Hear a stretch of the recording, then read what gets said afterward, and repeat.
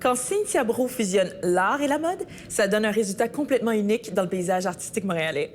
Elle ouvre les portes de son atelier à la fashionista.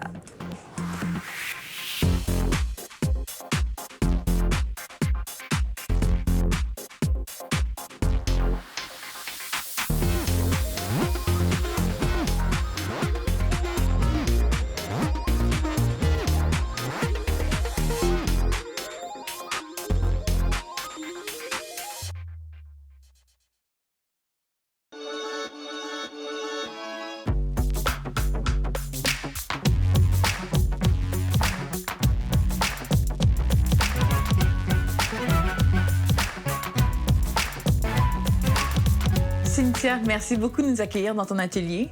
Bien, merci à toi d'être là. Tout d'abord, parle-moi de toi. Je vois des queues de sirène ici, je vois plusieurs trucs. Alors, qu'est-ce que tu fais dans ta compagnie? Bien, moi, en tant que tel, je me définis comme designer de costumes, mais j'en crée pour tout ça d'événements.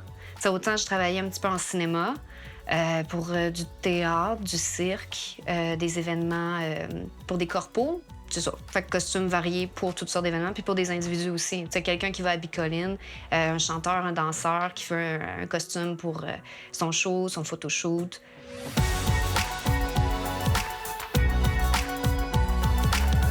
Là, il y a un morceau ici sur cette table qui est incontournable.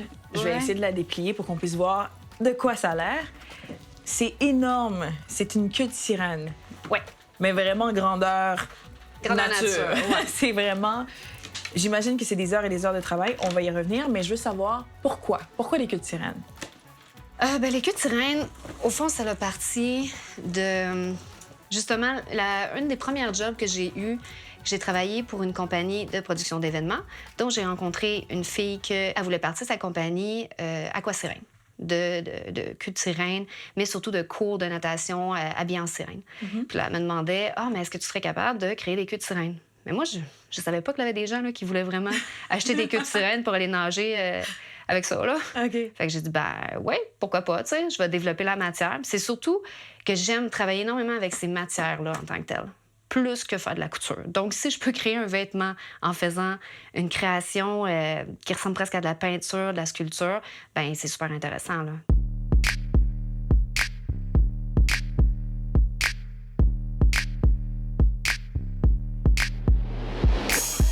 Au début, c'était trop grand. Il faut mettre ça très, très serré parce que le silicone, ça s'étire beaucoup.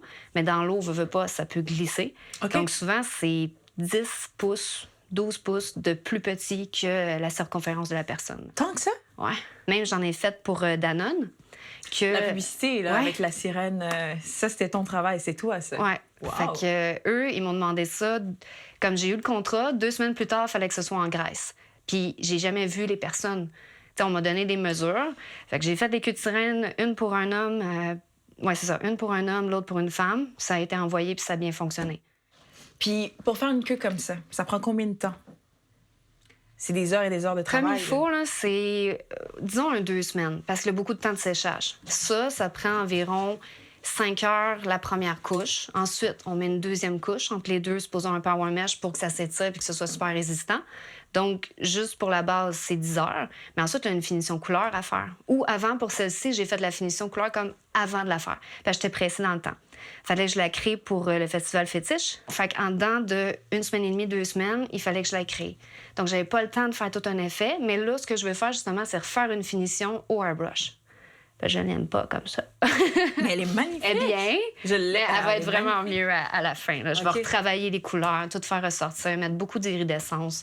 Je veux que ça ait l'air, au fond, d'un genre de poisson, papillon, insecte dans le fond des océans qui illumine par lui-même.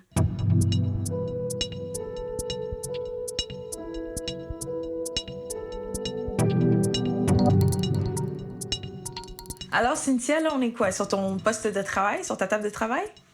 Oui, mon moule pour tout ce que je coule le silicone pour faire les queues de sirène, puis toutes sortes d'autres articles à partir du tissu que je me crée en silicone. Super. Puis ça ici, là, ça a piqué ma curiosité. C'est quoi? C'est un travail que tu fais en ce moment? Oui, des nageoires pour un triton. C'est pour le complexe Atlantide. Et là, justement, j'en ai 2 autres à faire, 2 autres paires. OK. Donc, je pourrais te montrer comment qu'on fait, enfin, avec le silicone pour réussir à créer justement des nageoires ou des écailles comme ça. Yay! Cool. OK, All right. mais par quoi on commence? C'est quoi la première étape? Je fais quoi?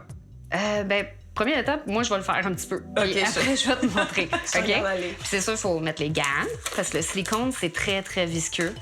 Ça se lave pas vraiment, à moins qu'on mélange la base et l'activant comme pour catalyser ensemble. Que là, ça devient vraiment un silicone qu'on peut enlever, comme une peau. Ah. Sinon, là, en tout cas, c'est très gommeux.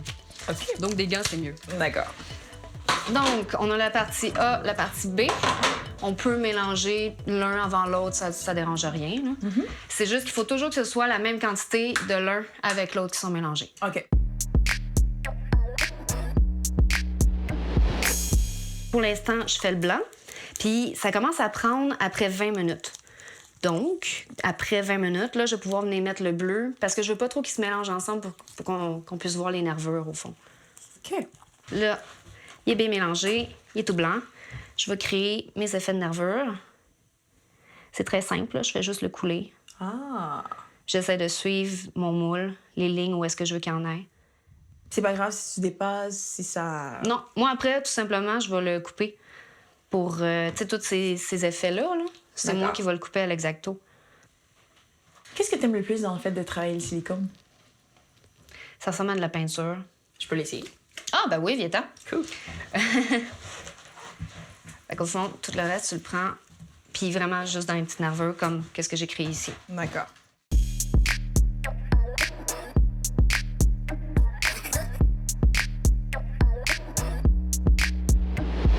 Mais justement, je vois que tu fais des morceaux plus petits. Oui, les petites sacoches. Oui. Ben là, j'essaie de développer ça. Ça, n'importe qui pourrait porter ça. C'est vraiment une touche différente. Puis souvent, c'est la petite touche excentrique qu'on est prêt à porter, parce que c'est un accessoire. Exact. C'est pas aussi intense qu'un vêtement. Mais donc ça, c'était le premier bikini complet que t'as fait. Ouais, que j'ai fait la culotte au complet, j'ai fait le top, j'ai mis des petits pads à l'intérieur pour donner la forme. Puis ce qui est le fun, c'est que ça s'attache même avec des nageoires. Ah. Donc c'est pas juste des cordons, là, c'est des nageoires ici, ces côtés aussi. Puis c'est adaptable à une bonne variété de silhouettes. Parce que c'est simplement un nœud qui s'attache autour de soi. Là. Puis Mais c'est c'est- très élastique. C'est ce qui est intéressant dans les créations, c'est que pas mal toutes les tailles peuvent le porter. C'est ça qui est vraiment qui rend le truc accessible. Ouais, aussi. Une sorte de démocratisation du vêtement. Là. Yes. Ça s'en vient de plus en plus. Je veux voir tes jupes. Est-ce que tu nous montres ça? Oui, tout à fait. Ça, c'est vraiment un mix couture, silicone, tout ensemble. Puis le même des jupes qui se transforment, qui sont réversibles. OK. Donc, l'autre aspect qui peut être le fun, tu sais, ce petit côté-là, plus vinyle avec la jambe de cuirette. Mais si on le revire de l'autre bord, là, un voilage avec du silicone. J'adore le bleu électrique. Mais c'est super! Même chose avec ce modèle-là aussi, je l'ai remarqué. Il y a une touche classique que j'aime beaucoup. Je sais pas si c'est le gris ou si c'est le La mélange. matière, peut-être. Oui. Moi, je trouve que ça fait comme une jupe de tennis. Je trouve Oui. que ça fait sport, comme un petit côté un peu athlétique, féminin, mais en même temps, une petite originalité artistique cute. Là. C'est pas juste un vêtement, c'est une certaine pièce d'œuvre d'art. T'sais. Oui. Je le dis vraiment avec des guillemets, là, parce que pour moi, c'est pas une œuvre. Là.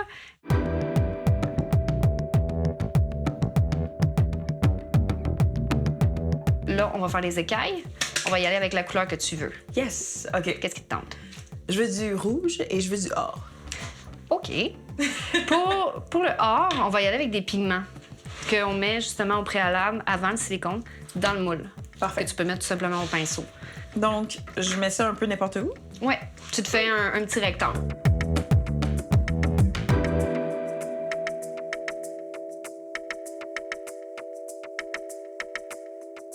Pour mettre ton pigment, il faut, ça c'est le rouge, il faut vraiment le brasser comme il faut. Peut-être un 10 secondes, là, vigoureusement, pour que tous les pigments, tous les pigments se mélangent bien, puis que ce soit pas trop concentré, supposons juste dans le fond. T'sais. Parfait. Fait que ça serait bien. Je le mets là-dedans. Mhm. Oh, wow!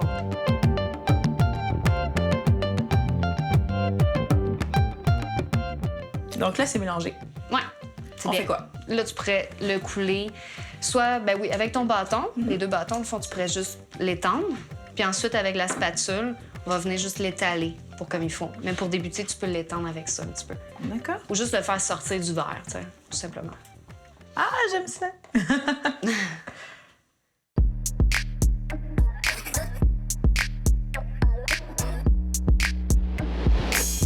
Là, ça a l'air pas mal uniforme. Donc... Parfait, on laisse ça sécher pendant 5 heures.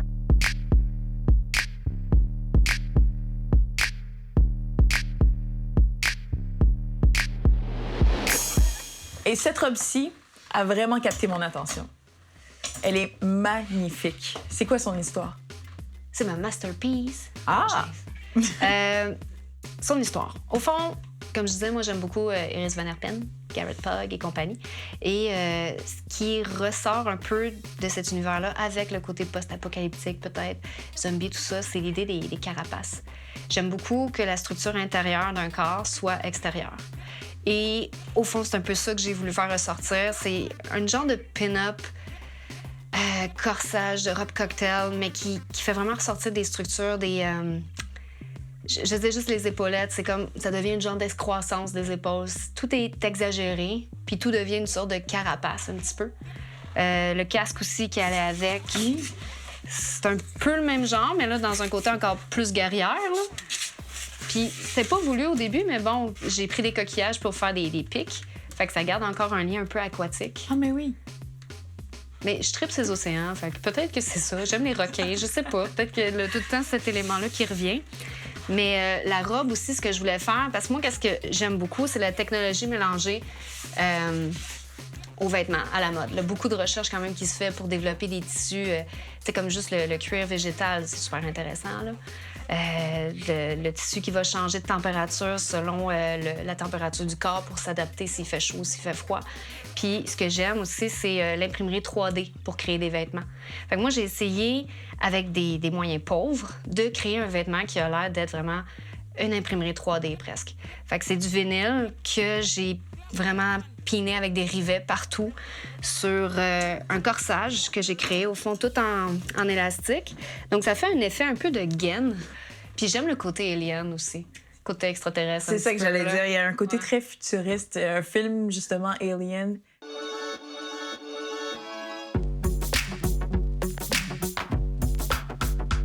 Est-ce qu'il y a beaucoup de gens de la scène fétiche qui t'approchent? Parce qu'on s'entend, les matériaux que tu utilises, silicone, métal, tout ça, ça fait très... ça peut faire très sex shop. Bien, il y a eu Éric Paradis du Festival Fétiche de Montréal qui m'a abordé cet été pour justement parader dans son événement, là. Ça a attiré énormément d'attention. Je veux dire, après, j'ai eu beaucoup des modèles, des femmes professionnelles qui sont...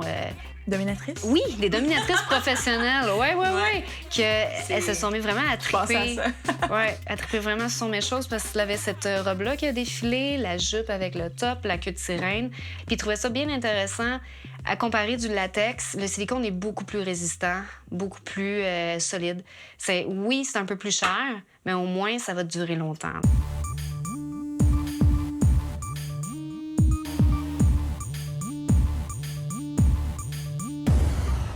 Tada! Et là, on se retrouve 3 heures plus tard. La magie du montage. On va démouler, c'est ça? Oui. Ça, ces modèles-ci sont pas secs parce que ça prend plus de temps. Bien, au fond, ils sont secs. Okay. Si on touche, il est sec, mais j'ai une autre couche à faire avec le bleu. OK. Donc, on va pas le démouler. Okay. Donc ça, on n'y touche pas. Mais eux, on peut les démouler. Je commence comment? Sans complication, juste le tirer où est-ce qu'il y a le plus de prise, là. OK.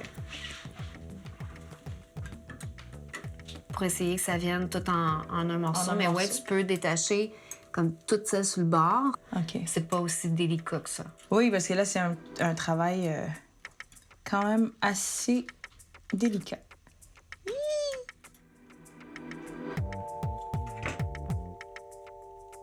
Et voilà! Wouhou! Voilà, petite membrane d'écaille. Puis la dorure, elle sort vraiment bien, là. C'est le fun! Ouais. C'est vraiment le fun. J'aime vraiment ça. Donc, avec ça ici, on peut obtenir un bracelet. Oui, mais ça, je suis allée avec une forme un peu plus triangulaire. Ce qu'on peut faire, au fond, c'est... enfin, avec celui-ci, moi, j'ai fait le triangle pour qu'il passe sur la main, mais qu'il s'agrippe au doigt. Ah!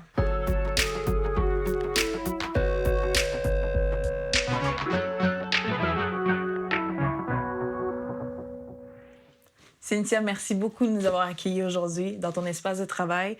J'en reviens toujours pas de ce que je vois. C'est créatif et j'aime vraiment ce que tu fais. Qui sait, un jour, tu vas peut-être recevoir un appel de Tim Burton. Ça serait cool. Je te le souhaite. Merci.